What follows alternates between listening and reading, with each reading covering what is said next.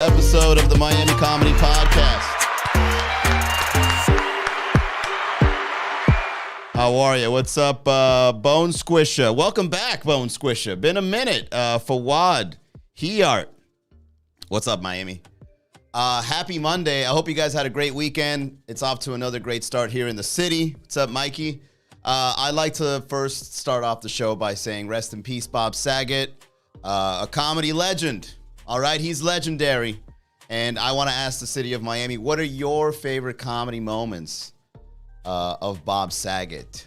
So let's go ahead and just put it in the chat. Anything that comes to mind, whether it's something, an episode from Full House, a cameo he did. As a matter of fact, that's one of the best things that happened, in my opinion, with Bob Saget's career, when he started making random cameos. That was so cool. From Half-Baked, when he was the guy, you know, in the AA program, for drug rehab, and Chappelle goes up on stage and says that, oh, you know, I'm addicted to marijuana, and then he compares it to being addicted to coke. Great scene. In Dumb and Dumber, when he was going into the bathroom, and then one of the main characters started like pooping all over the windows, and his reaction towards it. When he walks on camera and you don't expect it, there's just something magical about that. Fawad says, rest in peace, Danny Tanner. All right, well, however you remember him. Remember America's Funniest Home Videos? Rest in peace to the host of that show. Let's look up Bob Saget movie cameos. Let's see. Dirty Work. That's right. He did it. By the way, one of the best comedy movies that is very underrated. Go check out the movie Dirty Work with Norm Macdonald and Artie Lang. One of the most flew under the radar comedy movies that I've ever seen. I think it's on Hulu or something like that. Another thing that I really admire about Bob Saget is that, I see here, Bone Squisher says, dang, man, I can't believe it. I got teary-eyed and all. I've been watching Full House for 30 years. Did he make a return on Fuller House over on Netflix as well? I remember one of the jokes he said is like, you guys remember Kimmy Gibbler? Yeah, I banged her. That's one thing that I really liked about someone like Bob Saget. Bob Saget normalized comedians being 180 in terms of being clean and dirty. That's what's awesome about a comedian like that, because that's something that I've struggled with in my own personal comedy career. Like, I can be a dirty comic and have fun with it, but some audiences prefer a clean comic, and then I got to learn to have fun with that. And I did, because of the opportunities that are involved in being cleaner, like YouTube pushing your videos further, the algorithms and all that kind of stuff. And, you know, whenever I pick up on a birthday gig and they want the comedy to be clean, or a corporate show, you got to be able to differentiate between the two. So then if you do dirty and then you go out and you do clean, well, which one are you? You know what I mean? Are you a clean comic or a dirty comic? Well, according to the work ethic of the great Bob Saget, you can do both. Because Bob Saget, he has that face. It's like, oh, he's such a lovable guy. Wasn't he the guy from Full House? He was such a great dad. He really made you think that he was the father of all those daughters. Did he have a son? No, he didn't have a son. It was mostly girls, right? I forget. It's been a long time since I've seen Full House. So another thing I'd like to point out that I loved about Bob Saget was whenever he goes up on stage, it's an exclusive thing. Like, it's only for those that are there. Like, you'll never see that Bob Saget anywhere else. Like, whatever his material is, whatever songs he sang, he was just a multifaceted. Shout out Bone Squisher.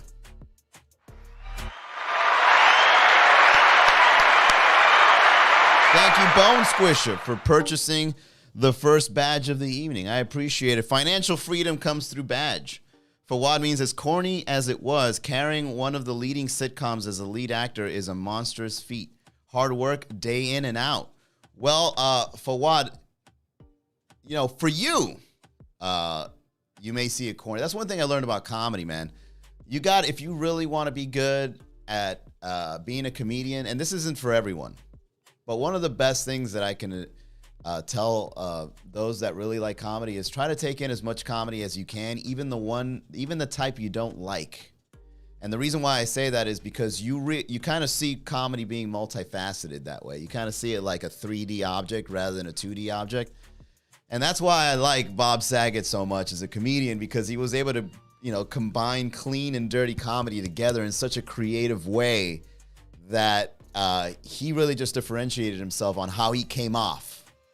You know what I mean? Like, you look at Bob Saget and you just get this wholesome feeling, and then he just throws you this curveball, and it's a whole different kind of comedy style than what you expected, which kind of amplifies the comedy in itself. You know what I mean? First time doing that. Thanks for making us laugh. Thank you, Bone Squisher.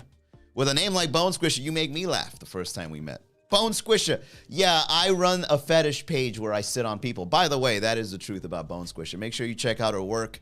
If you like to see men being sat on by hefty, beautiful women, Bone Squisher is your go-to local to watch. No doubt. Corny in quotations, I should have said. Of course. There you go, Fawad. We learn together. Huh? Look at that. Look at me and Fawad getting insights together. That's what the podcast is all about. Us having these types of conversations. So be as multifaceted as you can in comedy. I try to watch comedy that I don't understand and try to figure it out. Like, why is this funny? And then when you watch it, and then you kind of see life a little more, you kind of see comedy a little more in that perspective, you get funnier, because you're like, what would be great here if someone slipped and fell on a banana? This would be perfect, right? That kind of comedy, like physical slapstick comedy, which is, I never was into slapstick. I never liked goofy comedy. But when I made myself watch it and actually enjoy it, like, don't watch this stuff and be like, this ain't funny, this ain't what kind, right? If you do that, you're not going to enjoy it. If you go curious as to why is this funny to people, you'll find yourself enjoying it a lot more. Like, I love the Three Stooges, right? And I thought when I was growing up, I never thought I'd get into the Three Stooges at all. You know what I mean? And then they go around running around all fast, or they do the physical humor where they start running around and the bookshelf starts spinning and they're just looking around like that, and they're just running, and they fast forward the tape. That stuff, if it happened in real life, it would be hilarious. If I were to run, let's say if I get pulled over by the cops and I just run and it's normal speed, right? That would be a serious situation, right? The camera from the helicopter is recording me running away from the police. But if you fast forwarded the tape and then you add the Benny Hinn music, and I'm just running around. That's fun to watch. That's entertaining. Thank You Miami's on the chat. Welcome. By the way, big shout out to Thank You Miami. We got a late night show tonight over there. Swing by, check us out, and try the Night Owl menu. Art of Az Music, welcome. Michael Plantata, Les Kwan, Lily, Monica, welcome to the chat. Guys, remember, this is a two-way podcast. If you guys want, go ahead, put it on the chat. What are your favorite Bob Saget moments and why? What episode of Full House did you like? What movie did you like? So on and so forth. Let's look at some TV shows. And, I don't think Fuller House did a good job last year, right? Was it because of the pandemic? Oh, yeah, his cameo on Louis. If you guys like Louis C.K., his cameo was actually a really cool episode on that one. The Larry Sanders Show, another classic comedian. But no, the Dumb and Dumber 1 and Half Baked definitely take the cake as one of the best. All right, so here it is, Father and Scout. So if you guys want to see a clean version of Bob Saget in the movies where he comes off as a wholesome father, watch Father and Scout. There's something about his face. He just looks like the kind of guy that would just sit down in the dinner table and enjoy apple pie with you. And he'll get along with your mom. He won't hit on her. He won't feel weird. And then out of nowhere, Bob Saget just starts rolling a blunt in front of everyone. Like, he wins your heart, right? And everybody at the dinner table is like, oh my God, Bob Saget, you're such a great guest. We're so happy to have you in our home. And he's like, just rolling up a blunt, right? And then he'll go up on stage the next day and start singing a dirty song about your mom and what he would have wanted to do. But he won't say it at the dinner table. This is the description for the movie Father and Scout. An unathletic writer, Bob Saget, takes his son, Brian, on a competition-filled camping trip to Catalina Island. Aww. You can watch it over on... I'm going to watch this tonight, actually. Father and Scout on Amazon Prime for $2.99. Yeah, to commemorate the great Bob Saget, I'm going to see a squeaky clean and wholesome Bob Saget this evening. To reminisce on what America thought he was. How many episodes was Bob Saget? Oh, America's Funniest Home Videos. How many episodes was Bob Saget in America's Funniest Home Videos? 723 episodes. Wow. How long was Bob Saget on? For 7 years. Saget was... No, I don't want to read that. That's all right. The Full House alum hosted AFV for 8 seasons from 1990 to 1997 on ABC. Ooh. This guy was dedicated to the art. Yeah, and of course, they gave it a bad rating. They gave it a 3.6. But here's the thing about America's Funniest Home Videos. It's just like this podcast. They allow people to contribute to the show. Even though you guys are just watching tonight, I guess nobody... A moment of silence on the chat for Bob Saget, I guess, right? Is that what we're doing here, guys? Bone Squisher says, no, I'm retired. Oh, so Bone Squisher doesn't do the videos anymore. I'm going to go over here to Facebook. Bob Saget's signature moment, half-baked. You ever saw... Can't curse on the podcast. Yeah, I posted that meme today, actually, Laz. But yes, that is one of the best cameos that has ever occurred in the history of Hollywood. Bob Saget showing up on the movie Half Baked, which I believe was somewhere in the end. Steph, welcome to the chat. Only in Miami. How many only in pages are there? Only in Hialeah Gardens, only in Miami, only in Kendall, only in Broward. It's not only if it's happening everywhere. Think about it, guys. Only in Kendall, only in Miami, only in Hialeah Gardens. It's happening outside of whatever it is you're saying only in. Just kidding, only in Miami. The one and only in Miami. Online Susie, mixed chick. Edward Folding Hands. Sierra. Welcome, guys. What are your favorite Bob Saget moments? Let's keep looking online. Let's see what else we can find. Yeah, I liked America's Funniest Home Videos when I was growing up as a kid. It was wholesome fun. There was nothing wrong with it. Bob Saget funniest moments.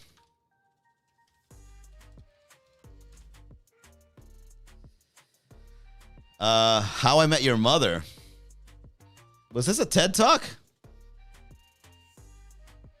All right, yeah, look, on Variety Magazine, if you guys want to see a good article, watch Bob Saget's funniest moments from Full House to Dirty Jokes. There's a video clip of him at Dangerfields. Wow, I didn't know he performed there. So Bob Saget was probably one of those talents that they found really early on in his career. 1984, he performed at Dangerfields, which, by the way, Rodney Dangerfield owned a comedy club in New York, and they would film mini comedy shows there and put it up on television. So go check out this Variety article that seems to have some of the best clips of Bob Saget's career, from clean to dirty jokes. Dad's Dirty Jokes. Oh, and he was also on Hot Ones. I love that show, Hot Ones. Man, there's so much I got to catch up on with Bob Saget now that he passed away. But it's exciting to kind of like really explore the career of one of the greats that did it, huh? To see somebody's work is great, especially when it's like a marathon, you know? Like I remember there was some TV channels that would have like Richard Pryor's best movies back to back. I forgot I think it was like USA or something like that. Or was it HBO? I forget. But yeah. That's one thing that I really enjoy about comedy. Like when you look at when they're alive, there's one thing about comedians, man. Like you only enjoy their comedy when they pass. When they're alive, it's almost like, all right, you know, they're out there doing their jokes, they're doing their comedy, that's their style. Oh, look, they're at the Improv, let's go. But as a comedy fan, when they pass, it's like, man, this guy's never gonna write or perform comedy ever again. Let me go and absorb this guy's comedy or this girl's comedy style or their comedy style. I'm sorry. It's 2022, man. You get it right. Let me absorb their comedy style and really understand where they were coming from. Up until now, they have yet to discover the reason for his death, which I hope is not too much of a concern. You know, I don't want to hope for the worst. I mean, hope.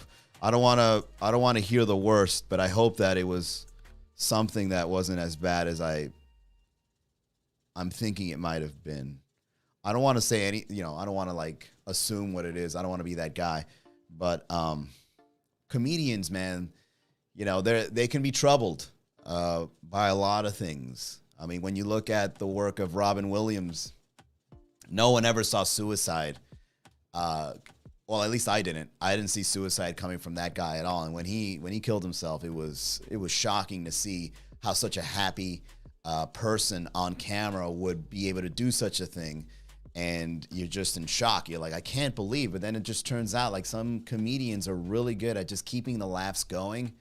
And we forget that outside of the entertainer lifestyle, there's a person that might be going through stuff. And this is their defense mechanism or escape. You know what I mean? Drugs also chase comedians. Like when you look at the way Chris Farley passed away, like that, as a kid, I used to love Chris Farley and all the movies he was in. As a matter of fact, Chris Farley was one of the first people to expose me to comedy because his movies were so funny, even as someone that was like 8, 9, 10 years old. And then when he passed away, I just didn't see it coming, you know? But for comedians to live a tragic lifestyle, sometimes they say tragedy brings the best kind of comedy, which is true. However, in my life, I try my best not to make that the case. I kind of just make fun of stuff and try not to like find the tragedy or drama in things. But comedians do have a really huge resource when it comes to finding the tragedy and making light of it. And it's just something that it's like our superpower. You know, it's just something that we're really good at doing because we have that perspective, right? Like somebody throws something that's insulting our way, and instead of getting insulted, we actually just, you know, show them the mirror and reflect it back or whatever it is, like a heckler trying to ruin the show, someone on the chat trolling.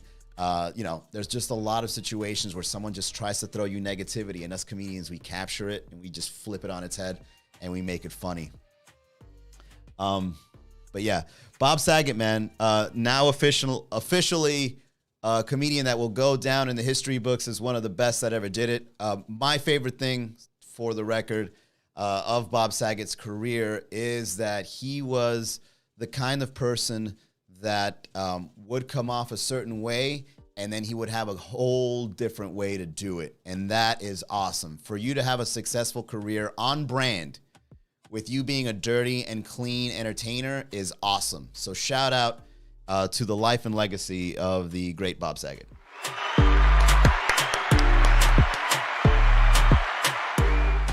All right, so with that being said, tonight we're going to keep the comedy train moving along as Bob Saget would have wanted to. Keep laughing, keep enjoying, being entertained. Enjoy yourselves, guys, okay?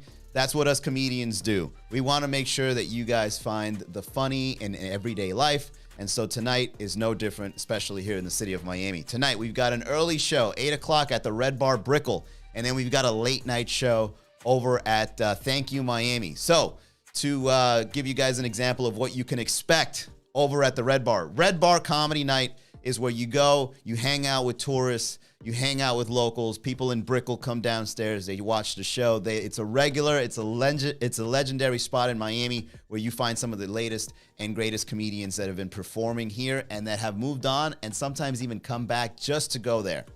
All right. The next one is the Thank You Miami comedy spot. For a long time, a lot of people have been asking for a late night comedy show on a Monday. And here it is, okay? Thank You Miami has picked up our late night show. It starts at 9 o'clock, but it lasts till who knows. And it's a great place to have a beer. It's a great place to have some food. I've tried 3 menu items so far. I've tried the chicken tenders. I've tried breakfast for dinner, and I've tried their Damn That's Fire burger. Some of the best munchies food I've ever had. Better than diners. Okay? If you guys go to a diner and you like the food, wait till you try the food here. The person that does it is a fantastic chef, cook in the back, and he's very, let's just say his creations are very, very unique. So go ahead and try it out. Tomorrow we are at Dom's and Brickle, which is a restaurant / cocktail bar. I've noticed a lot of people going on dates come out there. So if you ever need a date night venue, this is probably the go-to place on a Tuesday. And every show is always fun. Like it turns into like, I don't know, like it looks like a comedy. It looks like Dangerfields. You know what? It kind of does. If you really, you know what? If you look at a Dangerfields video, the comedy club, and then you look at Dom's Brickle, they set up this curtain in the back, which I've been wanting to get for a while. And finally the owner set it up. Like there's this curtain, right? And then when you put the spotlight on it, it really looks like like you're in a comedy club, and like all the tables have these lights, like these candles on them. And then it's very intimate. So, you know, the laughs just get a lot better there because of how intimate it is. The more intimate the venue, the better the laughs. All right, that's a rule of thumb. And then after that, we're back Friday night at Thank You Miami for a weekend show. Those have gotten really popular. We're getting some awesome attendees showing up there. And Friday nights have gotten really popular because of the fact that it's also an intimate spot. So do get your seating reservations for Friday. And then Sunday night, we are back at Tipsy Flamingo. Last night was one of the most memorable shows. Tipsy Flamingo is another hotspot where you as a local can hang out with tourists that find our show there. And we just mingle, man. Like it's one big it's almost like a networking event of local. Man, that's a great brand for the show. Sunday nights at Tipsy Flamingo has turned into a networking event where locals and tourists come together and watch a comedy show. And then after the show, they meet. Like we have 50% people from out of town and 50% people from Miami. And I don't know how that combination came to be, but for the past few weeks, it's been like that. So definitely check out Tipsy Flamingo if you're feeling adventurous before the weekend is over. That is it for the Miami Comedy Podcast. Rest in peace, Bob Saget. Shout out to all the venues that we're going to be working with this year. More to come. All right. I'm already talking to a few venues to bring back Wednesdays and Thursdays. I got a better idea of what I'm looking for, as well as what the audience wants in terms of a venue. So it's exciting to make these couple of announcements that will be coming up shortly for Wednesdays and Thursdays. Okay. I just got to make sure that the relationship is there, that the audience is happy, that the comedians are happy, and that the venue owners will be happy. And once the announcement is made, I'm pretty sure you guys will be pretty surprised on where we will be this year for those nights of the week. All right. Have a great night, everybody. Hope to see you at a show soon. Check out MiamiComedy.com. Support the podcast, Miami Comedy.